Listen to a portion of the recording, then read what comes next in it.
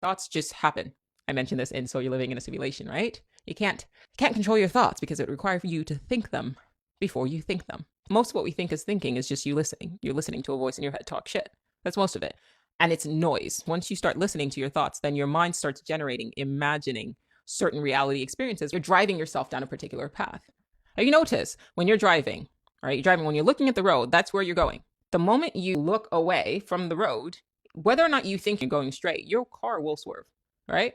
Because wherever attention goes, so goes the vehicle. And your consciousness, that is attention, that awareness, that is powerful. I just started reading I Am That by Osho, listening to it on Audible. And he basically says more or less the same thing. This is not you. This is a vehicle. It's a car. What you are is awareness. I've called it the watcher. You know, they're in Christian mythology, the watchers are considered sort of like angels, and I think some Gnostics believe that they're actually like negative beings. I've speculated that they could be the entities that are responsible for collapsing the wave function of our present reality as we're experiencing it.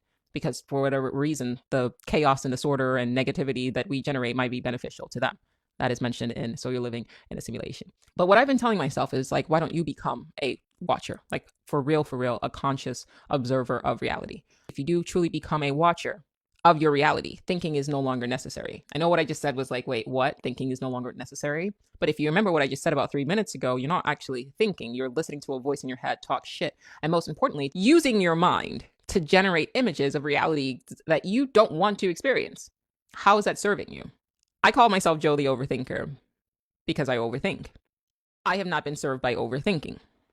I've had ADHD from overthinking because here's a thought. Here's another thought. You should go do this. Okay, what about this? In the middle of you doing this thing, go do this thing.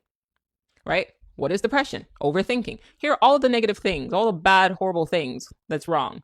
Focus on that. I don't want to be unhappy, but then I have a mind that generates all of these sort of negative images. That is overthinking. Anxiety. That is overthinking. How has any of that served me? And is that a good use of my energy?